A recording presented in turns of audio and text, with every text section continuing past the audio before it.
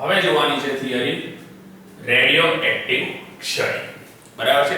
Radio active decay જેને ઇંગ્લિશમાં કહેવાય. તો કે કોઈ પણ રેડિયો એક્ટિવ ક્ષય પ્રક્રિયામાં કણ અથવા કણનું સ્પોન્ટેનિયસ, બરાબર છે, જે કણ હોય એ કણ અથવા કણનું શું છે? સ્પોન્ટેનિયસ.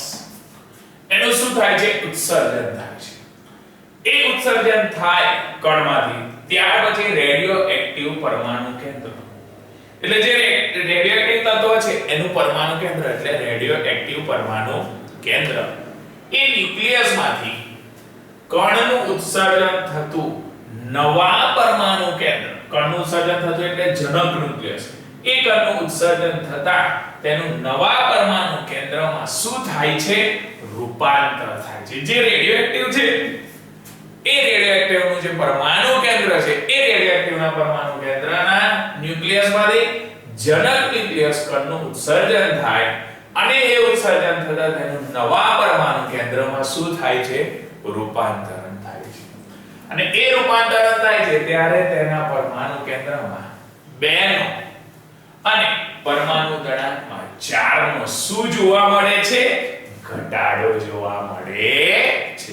બરાબર છે? પહેલાની અંદર 2 નો ઘટાડો જોવા મળશે અને આની અંદર પરમાણુ દળાંકમાં 4 નો ઘટાડો. પરમાણુ ક્રમાંક હોય એ પરમાણુ ક્રમાંકમાં 2 નો ઘટાડો જોવા મળશે, પરમાણુ દળાંકમાં 4 નો ઘટાડો જોવા મળે છે. તે જ રીતે કણનું જે ઉત્સર્જન છે એ કણના ઉત્સર્જન દ્વારા જનક ન્યુક્લિયસમાંથી, કણના ઉત્સર્જન દ્વારા કયા ન્યુક્લિયસમાંથી? જનક ન્યુક્લિયસમાંથી. જો જનક ન્યુક્લિયસ હોય તો એ જનક ન્યુક્લિયસમાંથી સંતતિ ન્યુક્લિયસમાં રૂપાંતર થાય ત્યારે તેના પરમાણુ કેન્દ્રમાં, બરાબર છે, એ ન્યુક્લિયસમાં શું થાય? રૂપાંતર થાય. એ રૂપાંતર થાય ત્યારે તેના પરમાણુ ક્રમાંકમાં 1 નો વધારો, પરમાણુ ક્રમાંકમાં શું થાય છે? 1 નો વધારો. જો એનું ઉત્સર્જન ન થયું હોય પરંતુ પરમાણુ દળાંકમાં કોઈ ફેરફાર થતો નથી, એનો જે પરમાણુ દળાંક છે એ પરમાણુ દળાંકમાં કોઈ પ્રકારનો એમાં શું થતો નથી? ફેરફાર થતો નથી. આ એ કિરણોનું ઉત્સર્જનથી જનક ન્યુક્લિયસના પરમાણુ ક્રમાંક અથવા પરમાણુ દળાંકમાં કોઈ ફેરફાર થતો નથી. એની અંદર કોઈ પ્રકારનો શું નથી થતો? ફેરફાર નથી. અને તેથી કોઈ નવા પરમાણુ કેન્દ્ર એની અંદર શું થતું નથી? સર્જાતું નથી. બરાબર છે?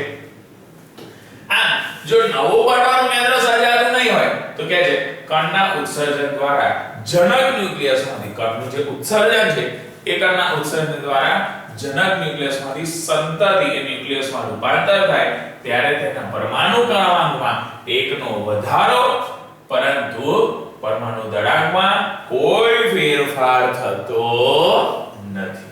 આમ કિરણના ઉત્સર્જનથી જનક ન્યુક્લિયસના પરમાણુ ક્રમાંકમાં અથવા પરમાણુ દળાંકમાં કોઈ ફેરફાર થતો નથી.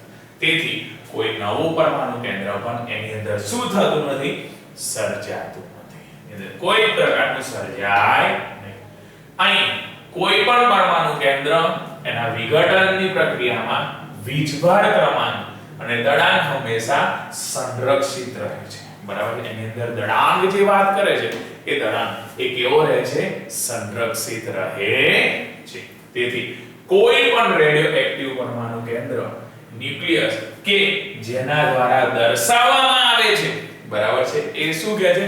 જેના દ્વારા દર્શાવેલ છે, એટલે દર્શાવવામાં આવે છે તેના માટે ન્યુક્લિયર રૂપાંતરોને આ મુજબ લખી શકાય છે. એટલે જે રૂપાંતરણ થાય છે એ ન્યુક્લિયસ રૂપાંતરોને લખવાની અહીંયા આગળ તમને નાની એવી ટેકનિક બતાવી છે. બરાબર છે? જો આલ્ફા કિરણ હોય, બરાબર છે, આલ્ફા એ તો alpha a of z x પરમાણુ ક્રમાંક અને પરમાણુ દળાંક, તો એમાંથી, બરાબર છે, 2 અને 4 નો જે કહેતા હતા 2he plus z minus 2y a minus 4y.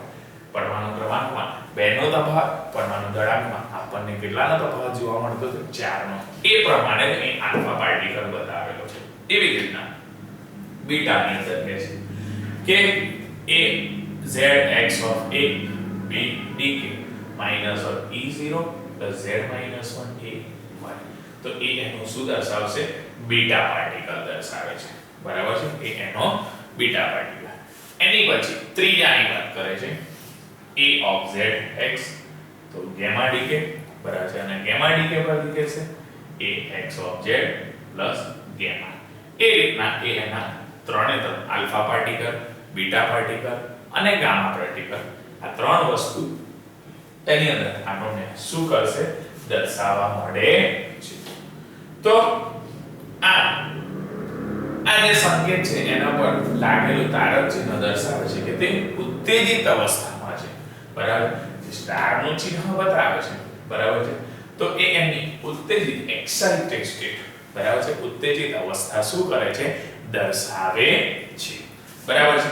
હવે આગળ રેડિયોએક્ટિવના ક્ષયનો નિયમ. બરાબર? રેડિયોએક્ટિવના ક્ષયના નિયમની અંદર કહે છે. હવે એના ક્ષયનો નિયમ આપણે શું કરવાનો છે? જોવાનો છે.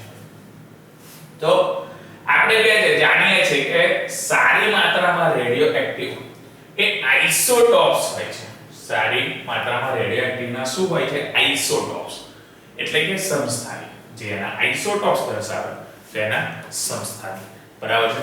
એ સમસ્થાનિકો તો પણ તે વિઘટનના કારણે સમય સાથે, કોના કારણે?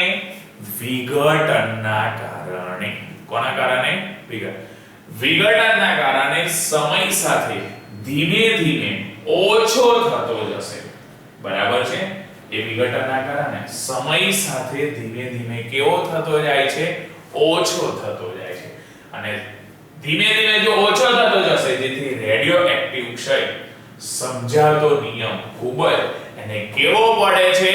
સરળ પડે છે. બરાબર છે? અને રેડિયોએક્ટિવ ક્ષય સમજાવતો નિયમ ખૂબ જ સરળ પડે છે, અને એ સરળ પડે છે જેથી રેડિયોએક્ટિવના વિઘટનનો જે દર છે, બરાબર છે, એના વિઘટનનો દર એ બાહ્ય પરિબળો જેવા કે તાપમાન, દબાણ વગેરેથી એ પોતે કેવો હોય છે? સ્વતંત્ર હોય છે. બરાબર છે?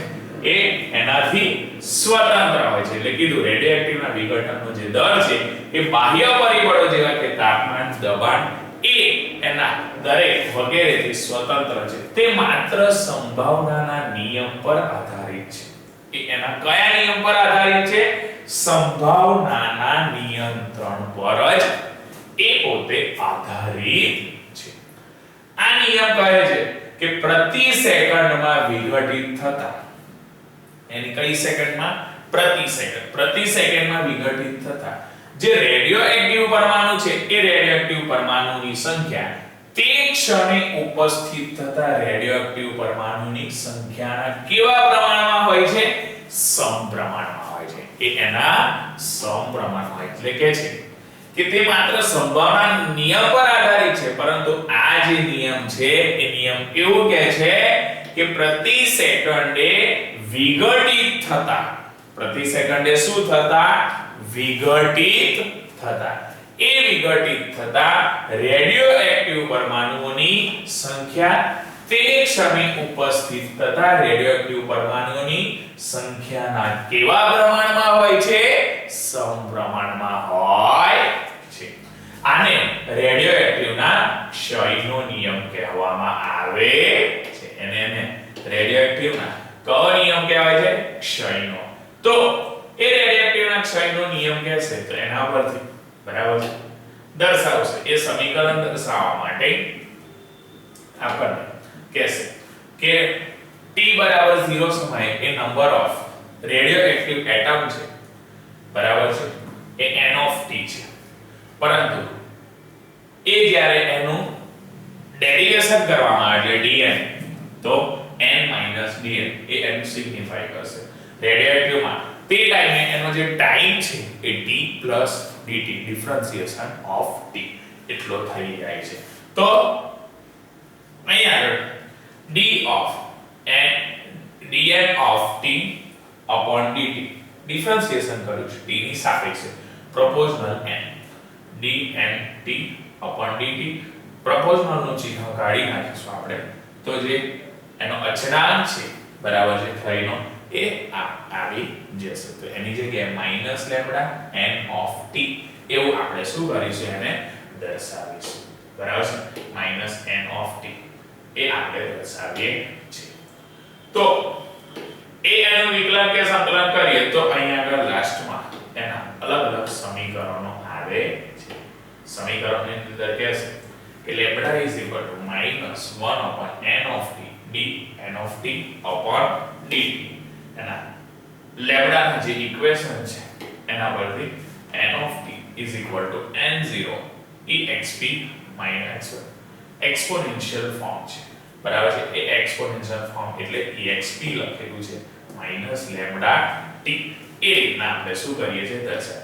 જો t is equal to infinite હોય, t ઇઝ ઇક્વલ ટુ શું હોય ઇન્ફાઇનાઇટ, તો એના માટે અલગ અલગ અહીં કહેશે કે જો એ ઇન્ફાઇનાઇટ હોય, ધારો કે તેનું જોઈતું પરિણામ તો તે સમયે રેડિયોએક્ટિવ પરમાણુઓ અને સમયે રેડિયોએક્ટિવ પરમાણુઓની સંખ્યા, બરાબર છે, એ પરમાણુઓ અને પરમાણુઓની સંખ્યા જો અલ્પ સમયમાં વિઘટન પામતા હોય, કેવા સમયમાં અલ્પ સમયમાં, બરાબર, ખૂબ જ અલ્પ સમયમાં જો વિઘટન પામતા હોય તો એ પરમાણુઓની સંખ્યા દ્વારા દર્શાવીએ તો એ સમયે રેડિયોએક્ટિવ પરમાણુઓની સંખ્યા દર્શાવશે. એ સમયે રેડિયોએક્ટિવ ના પરમાણુઓની શું દર્શાવશે સંખ્યા, અને એ રેડિયોએક્ટિવ પરમાણુઓની સંખ્યા દર્શાવશે. તેથી ક્ષયનો દર કહે છે. કોનો દર કહે છે ક્ષયનો. આથી જ્યાં ક્ષય નિયતાંક છે એના કણ નિયતાંક છે ક્ષય, ક્ષય નિયતાંક છે, અને જે દરેક રેડિયોએક્ટિવ પદાર્થ છે એ એનો દરેક રેડિયોએક્ટિવ શું છે પદાર્થ છે. જે ક્ષય પામે છે તેની વિશેષતા છે કે ઋણ ચિહ્ન જે દર્શાવે છે પરમાણુ કેન્દ્રની સંખ્યાને સમય સાથે શું થાય છે ઘટે. એ જે માઈનસ નું જે ચિહ્ન દર્શાવે છે એ માઈનસ નું ચિહ્ન એ કહેવા માંગે છે કે ઋણ ચિહ્ન એ પરમાણુ કેન્દ્રની સંખ્યા સમય સાથે શું થઈ જાય છે ઘટી જાય છે. એની સંખ્યા સમય સાથે ઘટે છે. તો આ સંબંધ પરથી એની પુનઃગોઠવણી આપણે શું કરી શકીએ. પુનઃગોઠવણી અંદર કહેશે તેથી જે ક્ષય નિયતાંક છે અને વિઘટનનો તાત્કાલિક દર, બરાબર છે, ક્ષય નિયતાંકનો જે વિઘટન છે એ વિઘટનનો તાત્કાલિક દર તે ક્ષણે ઉપસ્થિત, કઈ ક્ષણે તે ક્ષણે ઉપસ્થિત રેડિયોએક્ટિવ પરમાણુની સંખ્યાના ગુણોત્તરના રૂપમાં એને શું કરી શકાય છે વ્યાખ્યાયિત કરી શકાય છે. કીધું જે ક્ષય નિયતાંક છે એ ક્ષય નિયતાંકને વિઘટનનો તાત્કાલિક દર, વિઘટનનો કયો દર તાત્કાલિક દર, એ વિઘટનનો તાત્કાલિક દર તે ક્ષણે ઉપસ્થિત રેડિયોએક્ટિવ પરમાણુ, એ ક્ષણે જે ઉપસ્થિત છે એ ઉપસ્થિત એવા રેડિયોએક્ટિવ પરમાણુની સંખ્યાના ગુણોત્તરમાં એને શું કરી શકાય છે વ્યાખ્યાયિત કરી શકાય છે. જો કેટલીકવાર ક્ષયના નિયમને ઘાતાંકીય સ્વરૂપમાં પણ વ્યક્ત કરી અને એનો ઘાતાંકીય સ્વરૂપ જો દર્શાવવું હોય તો ઘાતાંકીય સ્વરૂપમાં પણ આપણે શું કરી શકીએ છીએ દર્શાવી શકીએ છીએ. બરાબર છે, વ્યક્ત કરી શકાય. તે પણ ઘાતાંકીય ક્ષયનો નિયમ છે. એ ઘાતાંક દર્શાવશે, પરંતુ એ જે નિયમની વાત કરે છે એ ઘાતાંકીય ક્ષયનો નિયમ કહે છે. કયા નિયમ કહે છે ઘાતાંકીય ક્ષયનો નિયમ. આ ઘાતાંકીય સ્વરૂપ મેળવવા માટે આપણે સમીકરણ સમયની સાપેક્ષે એનું સંકલન કરવું. બરાબર, એ જે સમીકરણ હોય છે એ સમીકરણને આપણે સમયની સાથે એનું શું કરવું પડે સંકલન કરવું પડે. અને એ સંકલન કરશે જેથી સૌથી મહત્વપૂર્ણ નિષ્કર્ષ એ મળે છે કે જ્યારે, બરાબર છે, જ્યારે તે શૂન્ય થશે, બરાબર છે, જ્યારે તે કેવું થશે શૂન્ય, અને શૂન્ય થશે તેથી કોઈ રેડિયોએક્ટિવ તત્વ લાંબા સમય પછી પણ પૂર્ણ રીતે લુપ્ત થતું નથી. બરાબર છે, એ પૂર્ણ રીતે શું થતું નથી લુપ્ત થતું નથી. અને લુપ્ત નથી થતું જેથી રેડિયોએક્ટિવના ક્ષયનો નિયમ એ શું કરે છે દર્શાવે છે. બરાબર, રેડિયોએક્ટિવના કયો નિયમ દર્શાવે છે એના ક્ષયનો નિયમ દર્શાવે છે. અને એ ક્ષયનો નિયમ દર્શાવે છે જે જુદા જુદા રેડિયોએક્ટિવ તત્વો માટે, કયા તત્વો માટે જુદા જુદા રેડિયોએક્ટિવ તત્વો માટે પરમાણુની સંખ્યા શરૂઆતમાં સમાન હોવા છતાં, શરૂઆતમાં શું હોવા છતાં? સમાન હોવા છતાં, એ શરૂઆતમાં સમાન હોવા છતાં પછીથી તેમનો જે ક્ષય નિયતાંક છે, એના પછીથી એનો કયો નિયતાંક? ક્ષય નિયતાંક, એના મૂલ્ય એ ભિન્ન ભિન્ન હોવાથી, ભિન્ન ભિન્ન એટલે કે અલગ અલગ હોવાથી, જો એના ભિન્ન ભિન્ન હોવાથી તેમના મૂલ્ય પણ ભિન્ન ભિન્ન હશે. ભિન્ન ભિન્ન એટલે કે અલગ અલગ હશે. બરાબર છે?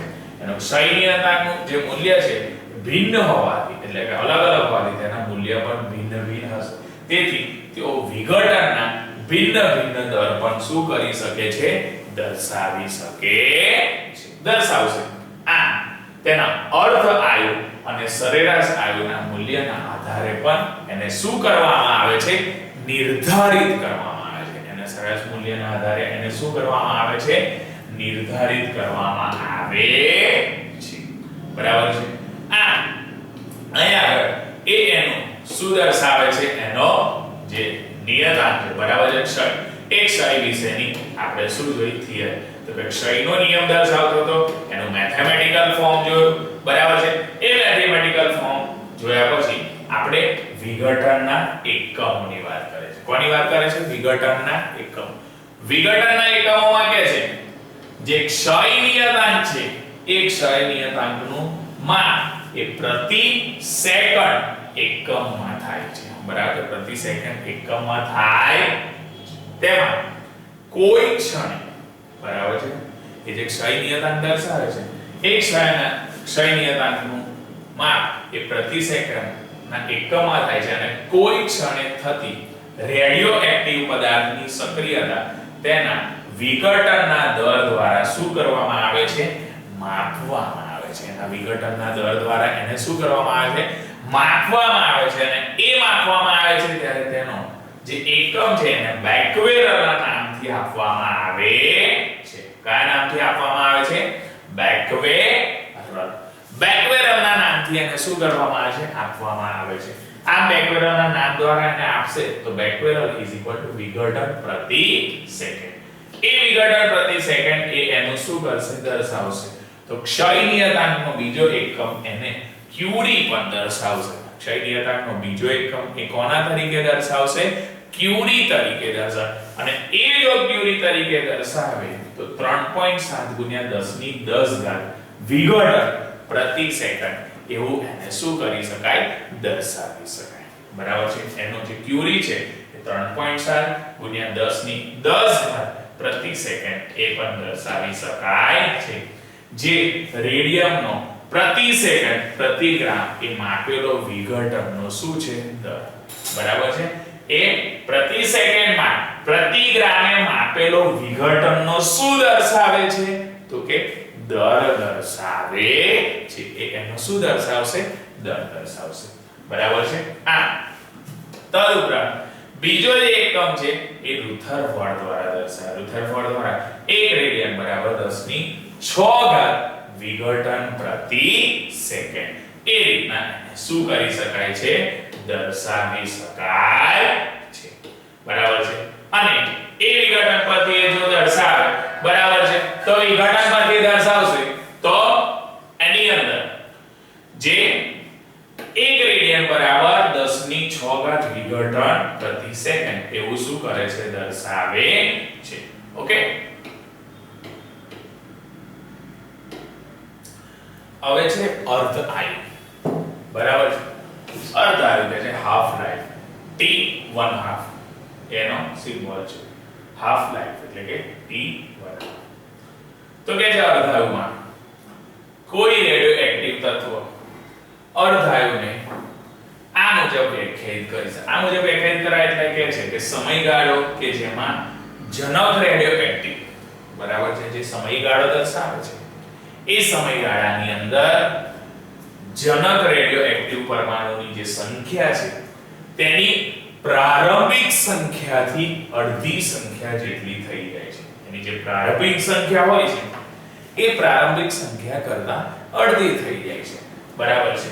એટલા માટે એનું જે સિમ્બોલ છે t1/2 દર્શાવે છે. તો વ્યાખ્યા દ્વારા t t1/2 n n0/2 જે દર્શાવે એનું અડધું એટલે હાફ થઈ જશે. તેથી સમીકરણનો જે ઉપયોગ કરીશું આપણે તો એ સમીકરણમાં n0/2 n0 એક્સ્પોનેન્શિયલ ફોર્મ છે એટલે -λt1/2 એ રીતના એ શું કરે છે દર્શાવે છે. બરાબર છે. તો λt of 1/2 log e with base 2. બરાબર. એ log e with base 2 જે દર્શાવે છે બરાબર છે n of n0 exponential form of the -λt/2 એના પરથી λt1/2 log e with base 2 તો t1/2 લેમ્બડા મલ્ટીપ્લાય માંથી ડિવાઇડ માં જશે તો log e with base 2 upon lambda log e with base 2 માં 2.303 log 10 of 2 upon lambda 2.303 is equal to log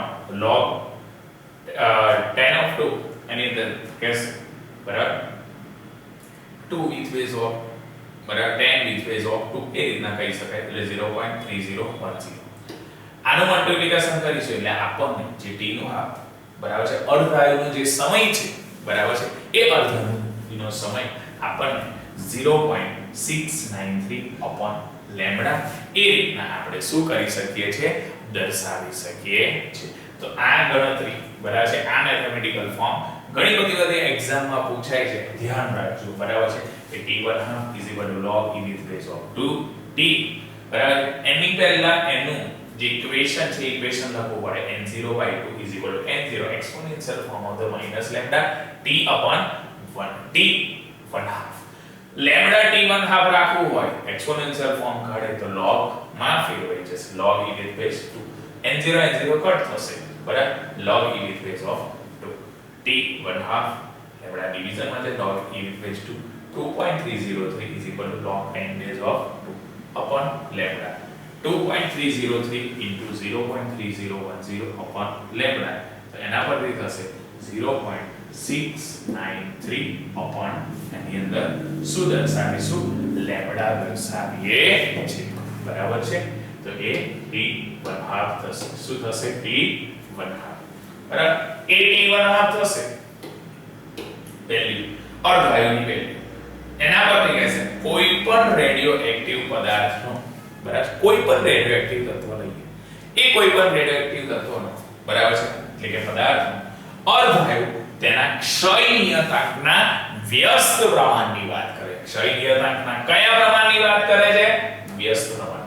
વ્યસ્ત પ્રમાણમાં હોય છે અને તે રેડિયો એક્ટિવ પરમાણુ કેન્દ્ર એ એનું કયું પરમાણુ કેન્દ્ર? રેડિયો એક્ટિવ પરમાણુ કેન્દ્ર. એ રેડિયો એક્ટિવ પરમાણુ કેન્દ્ર ન્યુક્લિયસને વિશિષ્ટ ગુણધર્મો આપે છે. કેવા ગુણધર્મો આપે છે? વિશિષ્ટ. અને એ રેડિયો એક્ટિવ કાર્બનનો જે અર્ધાયુ છે એ અર્ધાયુ વર્ષ છે. આનો અર્થ એ થાય છે કે વર્ષો બાદ 1 ગ્રામ જેટલું રહેશે. વર્ષો બાદ કોના જેટલું રહે છે? તો કે ગ્રામ જેટલું રહે છે.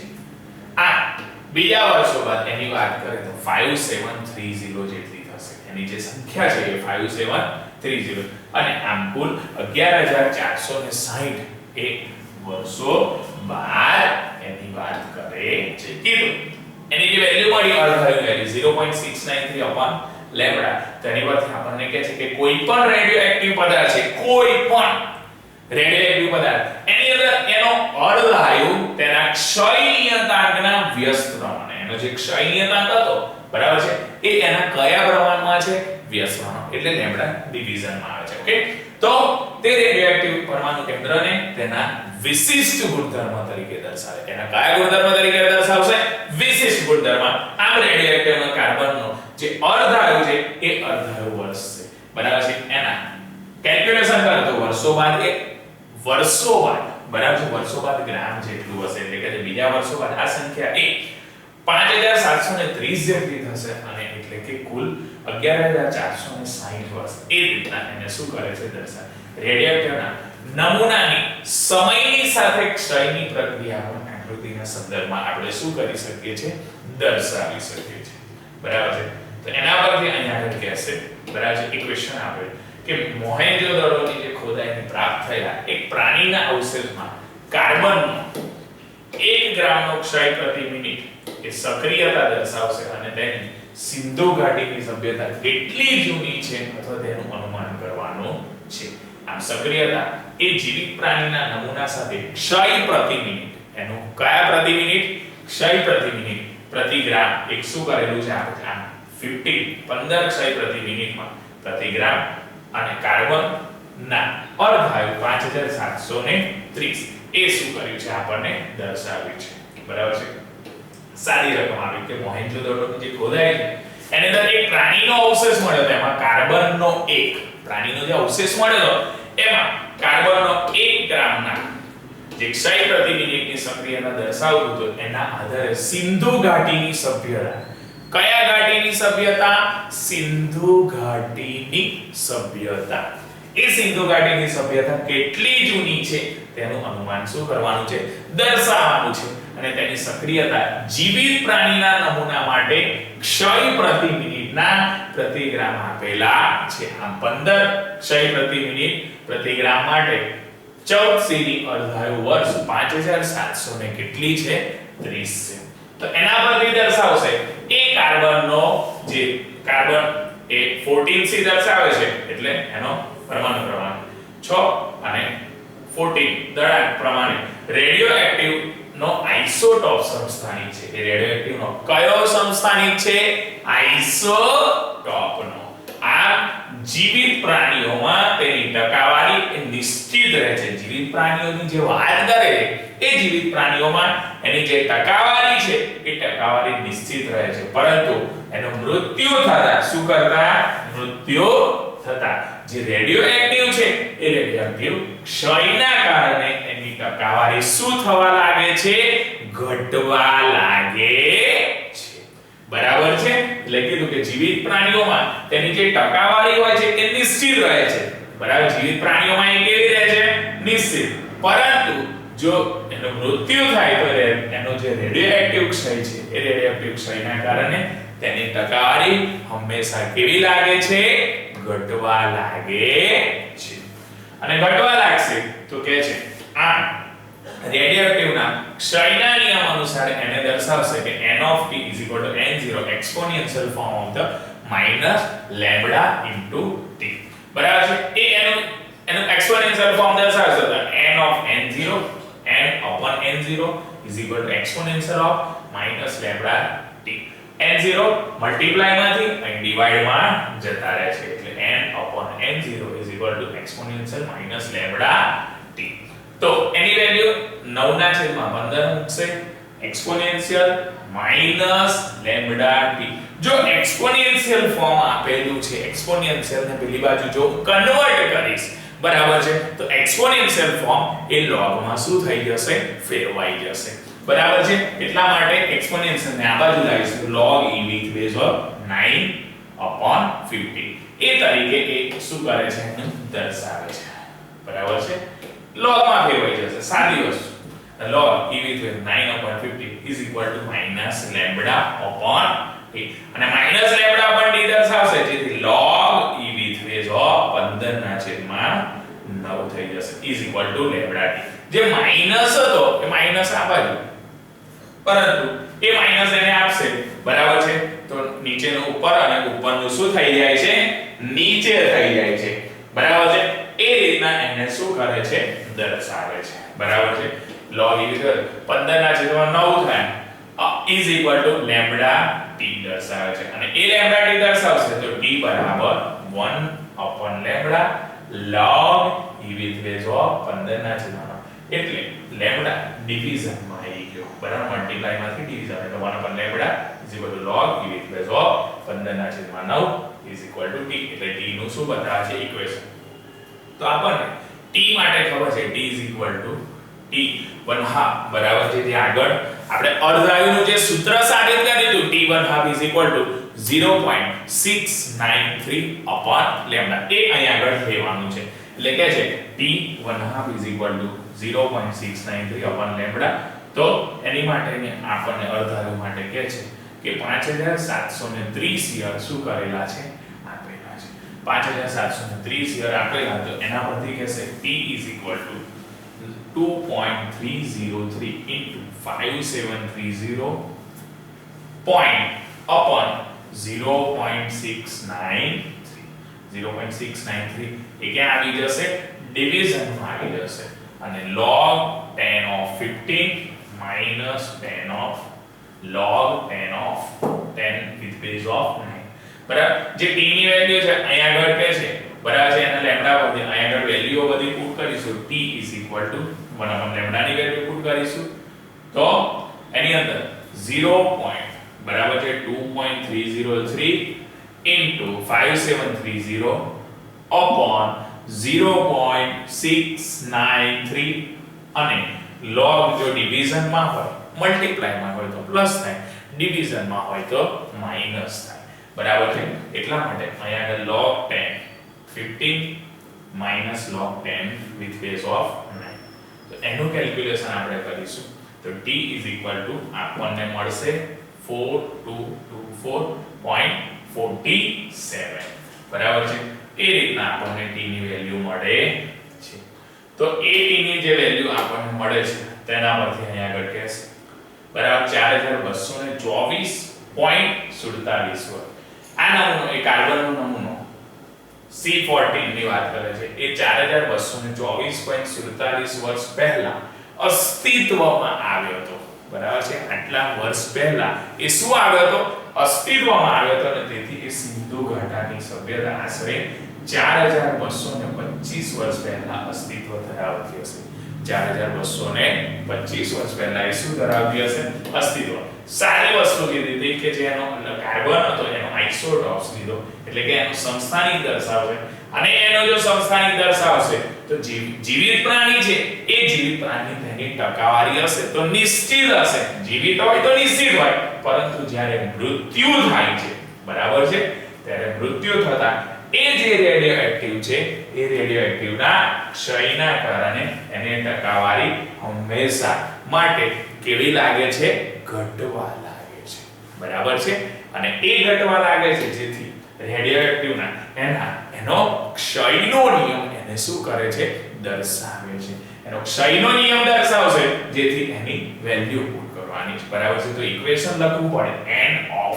t is equal to n0 exponential form of minus lambda upon t તો n of t is equal to n0 exponential form of minus lambda upon t એ જે આપણે દર્શાવ્યું તો એની અંદર n0 એ મલ્ટીપ્લિકેશન માંથી આપણે ડિવાઇડ માં લઈ લીધા હતા બરાબર છે એ ડિવિઝન માં લીધા તો n upon n0 is equal to exponential of minus lambda t એ રીતના દર્શાવ્યું અને n upon n0 ની જે વેલ્યુ છે એ 9/15 એ આપેલી છે આપણને તો એ વેલ્યુ પુટ કરીશું 9/15 is equal to exponential of minus lambda upon t જો exponential નું ફોર્મ કાઢીશ તો આ બાજુ મને શું મળી જશે log મળશે તો log મળશે તો એ e with base માં આવશે તો log e with base of 9/15 is equal to minus lambda into t બરાબર છે a minus lambda into t જે દર્શાવે છે બરાબર છે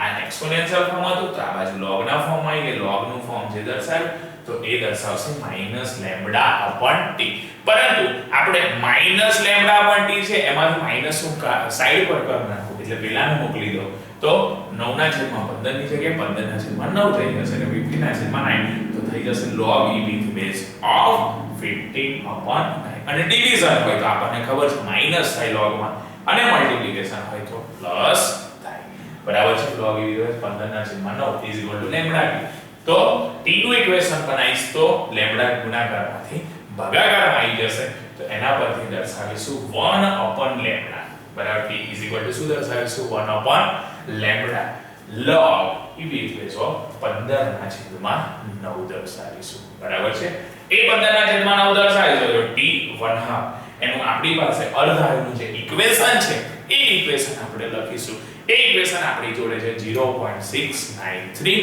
upon lambda અને એની માટે આપણને અર્ધાયુની વાત કરે છે તો 5730 યાદ આપેલા તો t is equal to 2.303 into 5730 upon 0.693 અને જે log હતા એ ડિવિઝન છે એટલે એની જગ્યાએ હું માઈનસ મૂકીશ log 10 base of 15 minus log 10 base of 9 એ દર્શાવીશ અને એ દર્શાવીશ તો t is equal to મને 4224.47 યર શું થાય છે મળે છે તો એના પરથી અહીં આગળ લાસ્ટમાં અહીં આગળ વાક્ય લખીએ છીએ કે કાર્બનનો જે બહુ ઇમ્પોર્ટન્ટ એક્ઝામ્પલ છે એક્ઝામમાં પૂછાય છે આની મેથડનો દાખલો અથવા આ દાખલો પણ એક્ઝામમાં પૂછાઈ શકે છે ઓકે એટલા માટે તો કે જે કાર્બનનો જે નમૂનો છે C14 બરાબર છે એ 4224.47 વર્ષ પહેલા અસ્તિત્વમાં હતો આજે આપણે આન્સર શોધ્યો એ એટલા વર્ષ પહેલા શું હતો અસ્તિત્વમાં હતો અને એ અસ્તિત્વમાં હતો તો કીધું તેથી સિંધુ ઘાટાની જે સભ્યતા છે આશરે 4000 એપ્રોક્સિમેટલી વેલ્યુ લે છે બરાબર 4224 આવી તો એની જગ્યાએ એપ્રોક્સિમેટલી વેલ્યુ લઈ 4225 તો કે છે એ સિંધુ ઘાટાની જે સભ્યતા છે એ સિંધુ ઘાટાની સભ્યતાના આધારે 4225 વર્ષ પહેલા એ અસ્તિત્વ ધરાવતી એટલા વર્ષો પહેલા એ શું ધરાવતી હતી તો કે અસ્તિત્વ ધરાવતી હતી બરાબર છે તો આપણે અહીં આગળ પહેલા ઉપર અર્ધઆયુની થિયરી જોઈ એનું મેથેમેટિકલ સ્ટેપ સોલ્વ કર્યું અને ત્યાર પછી એને રિલેટેડ નાનો અસ્તિત્વ શોધવા માટેનો એના નિયમ પરથી બરાબર છે અર્ધઆયુ આપેલું હતું બરાબર તો એના પરથી એનો એક્ઝામ્પલ બન્યો કે એ કેટલા વર્ષ પહેલા એ અસ્તિત્વ ધરાવતી કેટલા વર્ષ જૂની બરાબર છે એ આપણે અહીં આગળ શું કર્યું જોયું ઓકે